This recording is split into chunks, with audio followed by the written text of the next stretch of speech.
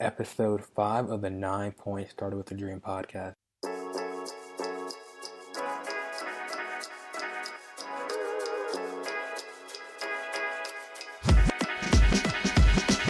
Welcome to the 9 Point Started with a Dream podcast, where our goal is to showcase the stories of athletes and the community that supports them through being real and authentic about their journey. I'm your host, Nicole Surdyka. This episode is going to help athletes understand more about what a DPT is and how they can leverage their knowledge, not just when they're injured, but when they're healthy as well to perform better. Hey Nicole, how are you doing today? I'm good, thanks. How are you? Doing well. How's the LA life treating you? It's great. I live 3 blocks from the beach. My commute to work is a bike ride through Venice Beach and Santa Monica, so I can't complain. Wow, the good life. Yeah. I kind of want to get into like your journey, like how you kind of went from, being an athlete to now you're DPT, kind of helping athletes kind of help them, along their journey through the rehab and prehab process. So I have to ask everybody the same question. So when you were younger and as an athlete, what was your dream? What was your big time goal? I always knew that I wanted to be a Division I college soccer player.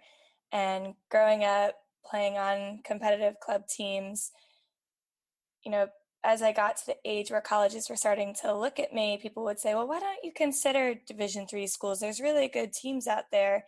And I said, I know there are, and that's great, but I've always dreamt of playing Division I, and that's what I'm going to accomplish. So I didn't stop. I didn't listen to anyone who told me to try something different.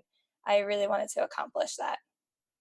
So you had the big time goal. So how did you go about, making it happen, making it reality? My dad was a big influence at that. My dad also played Division I college soccer. So he would always tell me, oh, Saturday morning and you're not in the backyard juggling the soccer ball, you must not really want to achieve your goals. And that reverse psychology would get to me, and I'd be like, oh, shoot, I better get out there because I do want to achieve this. It also helped. My dad owns a big indoor sports complex in New Jersey called Good Sports. So in those cold New Jersey winters, I had a space to go and train. And my dad was also one of my favorite coaches growing up, and one of the best coaches I had. So I was really fortunate with that. And he'd organize games between me and my sisters in the backyard or in his complex. So Who won? Who won? Your sister? Who won? oh, me, and they'll tell you it was me all the time. Awesome. My younger sister may have been faster than I was, but I was the soccer player, quote unquote. So what about soccer kind of made you fall in love with it? I really loved how soccer I like the fact that it's not a high scoring game. And there's a lot of beauty in the game in that there's a big process to get a goal. There's a flow to the game, there's rhythm. Every game is different. You can play in 1,000 games and each game will be slightly different. And I really enjoyed that. It was also the first sport I excelled in. And I suppose I have this complex where I like doing things that I'm good at. So I tried other sports, but I tried basketball and I got fouled out of every game. So I gave that up. I ran track and cross country for a while, but I really did that to stay in shape for soccer. I tried cheerleading, ballet, and they always put me in the back corner. So Dang. by process of elimination, I stuck with soccer. We're an offensive defense as a soccer player. I grew up playing central midfield. My first week at college, they made me a forward. And then my last year when I was starting every game, I was playing defense. So I guess everything. Cool. So what college did you go to? I went to St. John's University in Queens, New York, where I had the greatest experience. I know a lot of people have pretty terrible or mediocre experiences playing college sports. It is very challenging. You have 2 full-time jobs. You're a full-time student and a full-time athlete. And it's difficult. They demand a lot of you, and you have to be able to take criticism. I was really fortunate in that my coach, who's still there, Ian Stone, and my teammates were just so supportive and incredible. And my teammates recently, I had a lot of my teammates be my bridesmaids in my wedding. We still talk every day. So I was very fortunate in that I had such an incredible experience at St. John's. Awesome. So while you're there, so what would your goal like? What you like be thinking like I want to be like after sports while you're there? Or you kind of think I want to go pro? What would your thought process on that? So that was one of my biggest problems and why I didn't have success early on in college, I think. I got to my goal growing up, as I said, was always play Division One soccer. I finally achieved that goal, and I hadn't thought about what's next. And at that point in time, the women's professional league was touch and go. Be it would be on one year so that we would have the professional league, and then the next year it would go bankrupt and we didn't have the league. So it was hard to look at that as a realistic goal to achieve. And I wasn't really aware of professional leagues in other countries. I knew they existed, but I didn't think of that as a career goal at the time. So I was focused on my studies mostly and almost directionless with soccer. I thought maybe I would coach, but I didn't think soccer could continue to be a part of my future. So you kind of thought, okay, life after sports. So when you were studying, do you kind of go in with the idea that I want to be in the health field, or do you kind of have your kind of like kind of look around a little bit, kind of find your passion, or how do you land in the health field? I started off actually as an international business major. And my senior year of high school, I was playing soccer and I broke my tibia and fibula, the two bones in your lower leg, while playing soccer. And that was November of my senior year. So I had already verbally committed to St. John's University, but I hadn't signed the national letter of intent because that happens on February 1st for women's soccer. Uh-oh. So I was kind of in this limbo, of, oh, wow, am I going to be able to play college soccer still? And one of those moments of, I'm so close to achieving my goal and reaching my dream, and it's about to be taken away. So that's why I have the utmost respect for Coach Ian Stone at St. John's. I called him the day after I broke my leg, maybe even the day of, and said, Coach, I broke my leg, I need surgery. And he said, okay, well, how long's the recovery process? I told him it would be a few months at the least. And he said, okay, well, we'll do what we can to get you better and see how you do in August. But never took away scholarship money, never took away my spot on the team. So that was the first really good thing that happened to me. And then throughout the rehabilitation process, I had a great physical therapist in New Jersey. Her name is Sharon Wentworth. She owns a place called Elite Sports Physical Therapy. And it's just, if you're an athlete in New Jersey and you're injured, that's where you go. What's her name? Sharon Wentworth. Hey, Sharon. Hope you're hearing this. Hope you hear this, Sharon. So I learned a lot from her, and I loved my time with her in physical therapy and getting strong again. I ended up feeling stronger and faster than I was even before my injury. And I couldn't help but think, wow, she brought me from the brink of maybe not achieving my goal that I worked my entire life for to definitely achieving it and also being more successful than I probably would have been prior to that injury. And my first year of college in my business classes, I kept thinking, I don't feel connected to this, and I want to do something that gives back to the sport that I grew up loving and that gave so much to me. And that's where I decided I wanted to be a physical therapist and help other athletes achieve their goals at the point in which they feel that they can't. Awesome. So when did you make that switch from international business to kinesiology or physical therapy, or how does that work? So St. John's didn't have a pre-physical therapy. Most physical therapists will major in exercise science or physiology. St. John's didn't have that. So I looked into it, spoke with my advisor, very lucky to have great academic support at St. John's for the athletes. And I went down the road of pre-med major, a pre-med biology major. And I remember thinking, my dad owns a business. I'm sure he wants me to take this over one day, but now I'm not going to be a business major anymore. And I was afraid to tell my dad that I wanted to switch majors. But he ended up being incredibly supportive. And so right after my freshman year of college, I switched over to biology. So fast forward to your kind of in your senior year of college. What was your thought process and how you wanted to approach the career in the health field?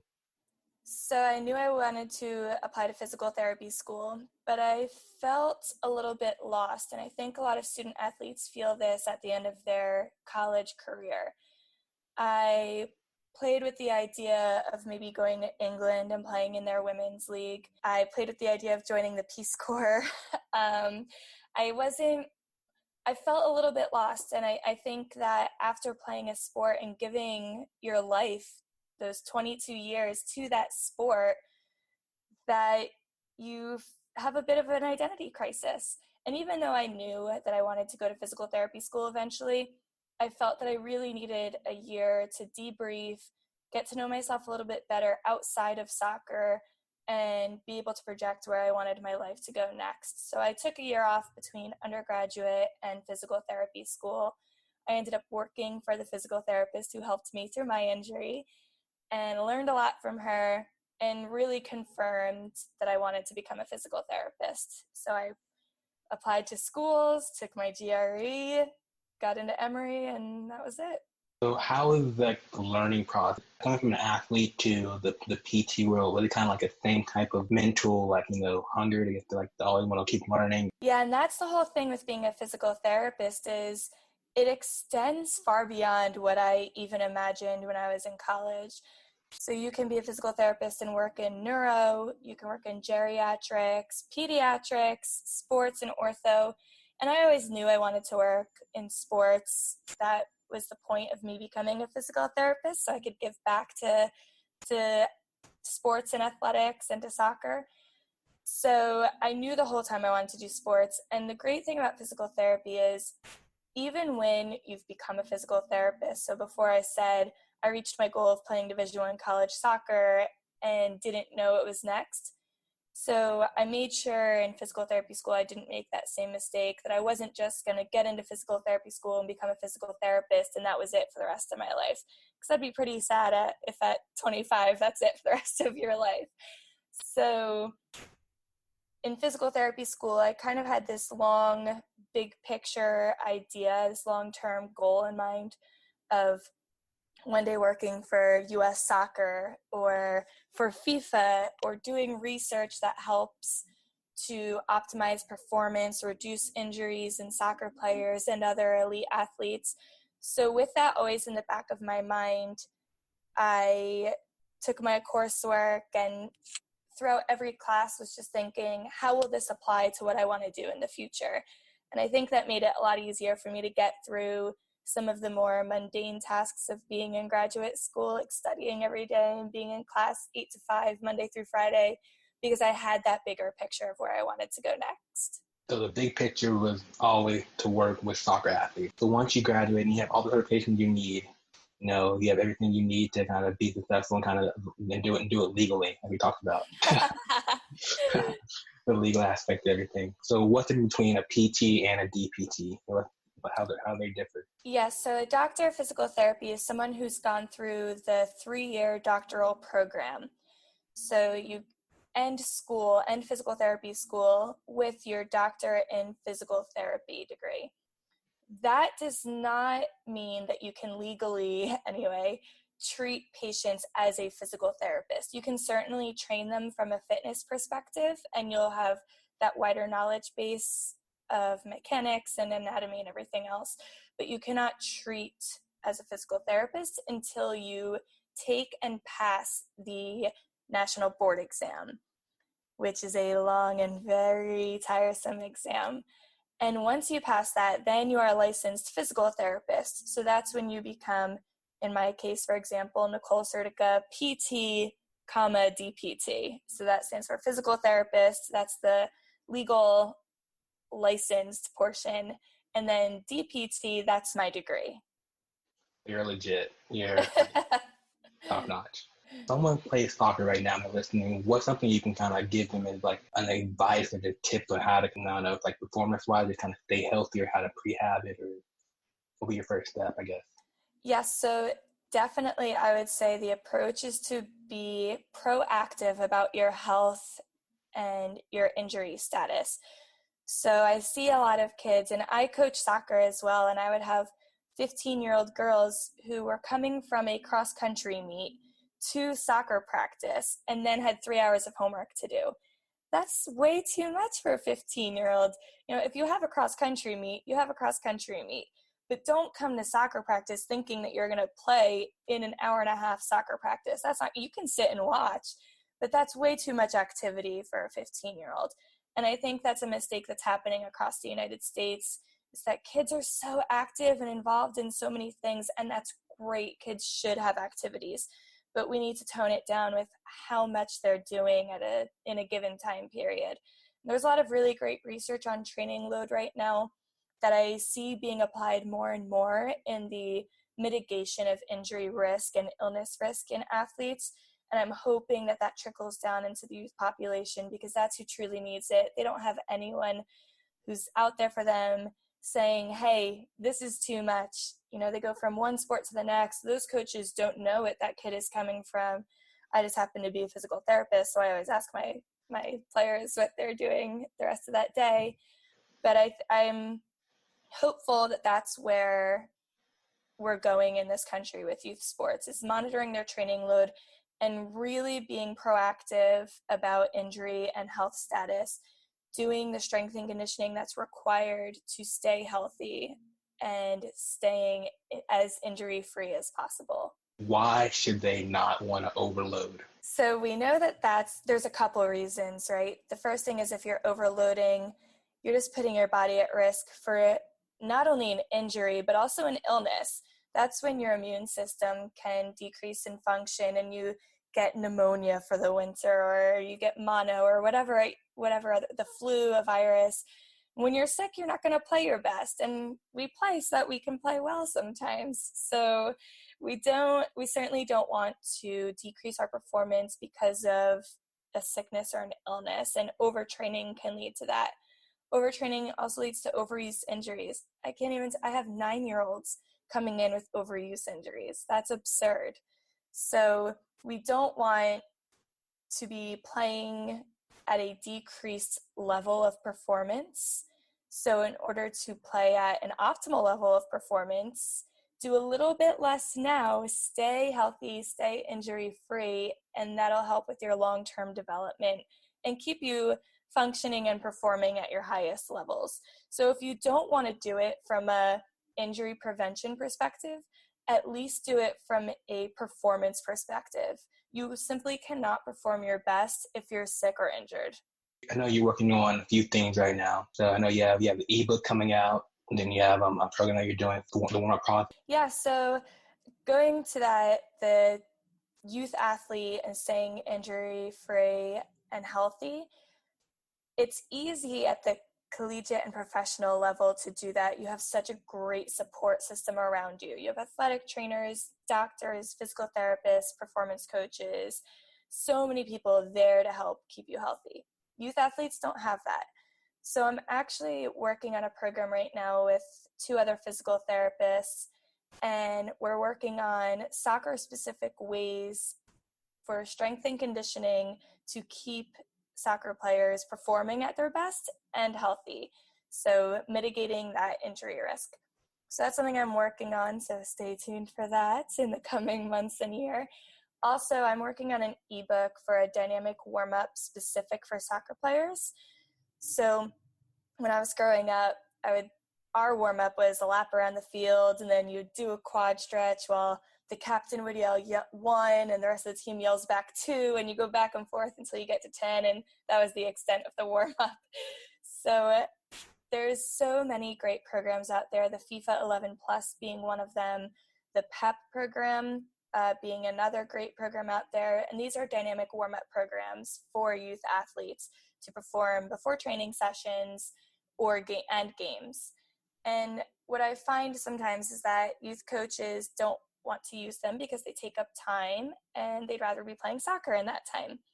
So I made one that's really specific to soccer players to try to encourage youth coaches to implement this on a daily basis with their players. And so that ebook will be coming out in January sometime, and that'll have descriptions of everything, why it's important, what each thing does, and also coaching cues. I think a lot of coaches don't utilize these programs, because maybe they'll see their athlete do a squat jump and it looks terrible, but they don't know how to change that. So they say, oh, okay, well, try again. So my ebook will help break it down and give coaching cues that we know work with athletes performing new tasks. So stay tuned for that. I think it's cool because you're kind of bridging the gaps of so many different levels. You kind of like getting it to where everyone's on the same knowledge base. Exactly. There's a huge gap right now. There's so much out there that we know from a clinical perspective. And listen, the collegiate coaches and performance coaches, they know this stuff and they're implementing it with their college athletes. Professional level is certainly using it. But the youth athletes get stuck because they don't have anyone showing this to them. And it's not the youth coaches, it's not the sport coaches' fault at all. They're not supposed to know that. That's not their training. But it is a physical therapist training. So to have physical therapists be putting out this information, but making it easy to be implemented, that's the key, is implementation. Because if it's difficult to do, it's not going to get done. For sure. And what we'll do too, I'll leave a link in the bottom of this once it's all out, and we'll have a link to everything you're doing. I think it's awesome. I know from my standpoint, I was hurt a lot as an athlete because I didn't know. You just go all out and just think, I'll work through it. But I think through the right tools and knowledge, like you're providing, other PTs are providing as well, you can kind of help athletes kind of perform to their potential, or past it. So much respect, to you. Thank you. I appreciate it. That kind of in toward wrapping up a little bit. Where can people find you? Social media, your website? Yeah, I'm most active on Instagram, and my Instagram handle is at Dr. Nicole PT. So it's Dr. Nicole PT. I'm also on Twitter at In the Game PT, and Facebook. I have a Facebook page that's In the Game PT. And that kind of was a play on, I've been in the game. I want to keep people in the game. I want to get people back in the game and performing at their best in the game. So that's where that came from. Awesome. One last question for you. So where do you hope to see the world of, athletics in terms of how people communicate with each other? What's your big goal for that? I would love for in the future for youth athletes to not be left to their own devices as far as being in charge of their training load and their athletic development.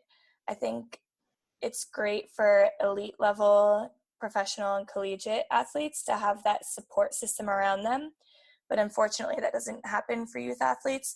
So to be able to see pediatricians, orthopedists, sports coaches, parents, the athletes themselves, physical therapists, and strength and conditioning coaches all working together and providing programming and load management on the youth level, I think that's going to be key in long-term athlete development. Perfect. So Nicole, I appreciate having you on. Thanks for kind of talking with me, kind of learning more about your story and what you're working on, how you're helping athletes achieve their version of greatness. Forward to seeing what you do in the future. Thank you so much, Jacoby. I appreciate it. No problem. That was fun. Cool. You have a good night. You too. Thanks for checking out this episode of the 9 Point Started with the Dream podcast. I was your host, Jacoby Gillum. If you enjoyed this episode, please comment, share, leave a review. We'd love to hear your thoughts. You can check out more about what we're doing with 9 Point at 9point.com. Till the next episode, talk to you soon.